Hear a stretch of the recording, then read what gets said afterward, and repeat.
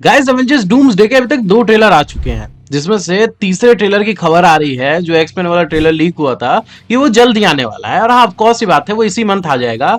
And even हो सकता है कि इसी मंथ एवेंजर्स डूम्सडे का टीजर ट्रेलर भी आ जाए।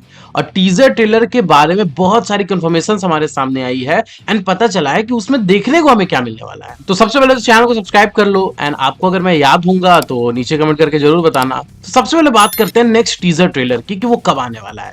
स्पेशली जो डैनियल आरपीके हैं और बहुत सारे इनसाइडर्स हैं जो बातें बोलते हैं ना, वो मोस्टली सच ही बोलते हैं। और उन्होंने एक्समैन टीजर के टाइम में भी यही बात की थी। तो उन्होंने बताया है कि एवेंजर्स डूम्सडे का जो चौथा टीजर होने वाला है उसमें हमें वकांडा और फैंटास्टिक फोर देखने को मिलेंगे।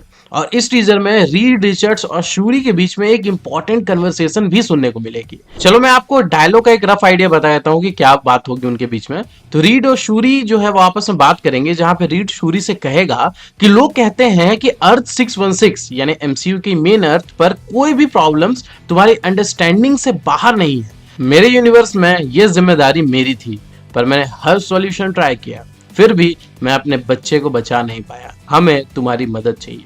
और ये डायलॉग सुनने के बाद एक बात तो क्लियर हो जाती है कि फ्रैंकलिन रिचर्ड्स और मल्टीवर्स कोलैप्स की स्टोरी एक दूसरे से पूरी तरीके से कनेक्टेड होने वाली है। अब यहाँ पे स्टोरी देखो ऐसी कुछ हो सकती है कि फैंटास्टिक फोर को हमने जो है वो थंडरबोल्ट्स मूवी के एंड में देखा था आते हुए अर्थ पे। तो फैंटास्टिक फोर अर्थ पे अराइव करते हैं और हो सकता है कि डॉक्टर डूम भी उनके साथ ही हो, क्योंकि रिपोर्ट्स ये भी कहती है कि मूवी के स्टार्टिंग में डूम खुद को एक हीरो की तरह दिखाएगा। वो ऐसा दिखाएगा कि वो भाई सबको बचाना चाहता है, उसके पास तरीके हैं मल्टीवर्स को बचाने के, वो ये सब रोक सकता है। तो उसकी बात पे सारे लोग भरोसा कर लेते हैं, इवन रीड भी उसकी बात पे भरोसा कर लेता है। और जब रीड जैसा बंदा बोल रहा है कि मैं इस प्रॉब्लम को सॉल्व नहीं कर पाया, तो आप समझ लो कि सिचुएशन कितनी ज्यादा खतरनाक हो चुकी है।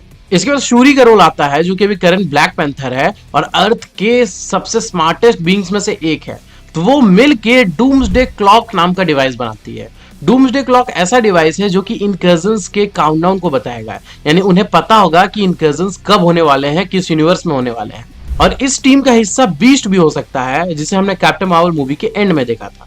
इसके अलावा एक और लीक जो है हमारे सामने आया था, लेकिन वो लीक कितना सच है मैं आपको बताता हूं। उस लीक ने हमें बताया था कि एवेंजर्स डूम्सडे बिल्कुल एवेंजर्स एंड गेम जैसा ही स्ट्रक्चर फॉलो करेगी।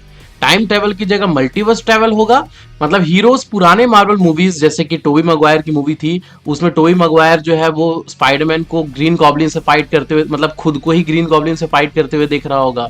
उसके अलावा बहुत सारी चीजें बताई गई थी, लेकिन ये रिपोर्ट जो है फेक निकली। डैनियल आरपीके जो है उन्होंने कह दिया कि नहीं, ऐसा कुछ नहीं होने वाला है। और ये बात सही भी है, क्योंकि फैंस चाहते हैं कि टोबी मैगवायर, वुल्वरीन और बाकी जितने पुराने कैरेक्टर्स हैं उनको अच्छे तरीके से दिखाया जाए। उनके यूनिवर्स को विजिट तो जरूर किया जाएगा, लेकिन इस तरीके से नहीं। अब एक और आखिरी खबर जो हमारे सामने निकल के आ रही है वो ये है कि थॉर का आर्क इस बार बहुत इंपॉर्टेंट होने वाला है। कैसे, मैं आपको बताता हूँ। लव जो उसकी बेटी है, जिसे एटर्निटी ने पावर दी है, जैसे जैसे मल्टीवर्स कोलैप्स हो रहा है वैसे वैसे जो है वो एटर्निटी की पावर्स कम होते जा रही है और उसकी बेटी भी वीक होते जा रही है। इसलिए थॉर जो है वो ओडिन से पावर मांग रहा है और ओडिन फोर्स हासिल कर रहा है, क्योंकि वो उस खतरनाक मल्टीवर्स कोलैप्स से बचना चाहता है और ये सब रोकना चाहता है। लेकिन थॉर जो है जब ओडिन फोर्स ले लेगा तो वो चला जाएगा ओडिन स्लीप में, क्योंकि इतनी सारी पावर एक साथ तो नहीं कर सकता ना, उसे ओडिन स्लीप में टाइम मिलेगा। और इसी मोमेंट का फायदा उठाकर डूम जो है वो ओडिन फोर्स को ले लेगा। तो हो सकता है कि वो ओडिन फोर्स को चोरी करे और उसके बाद जाके वो बने गॉड एम्परर डूम,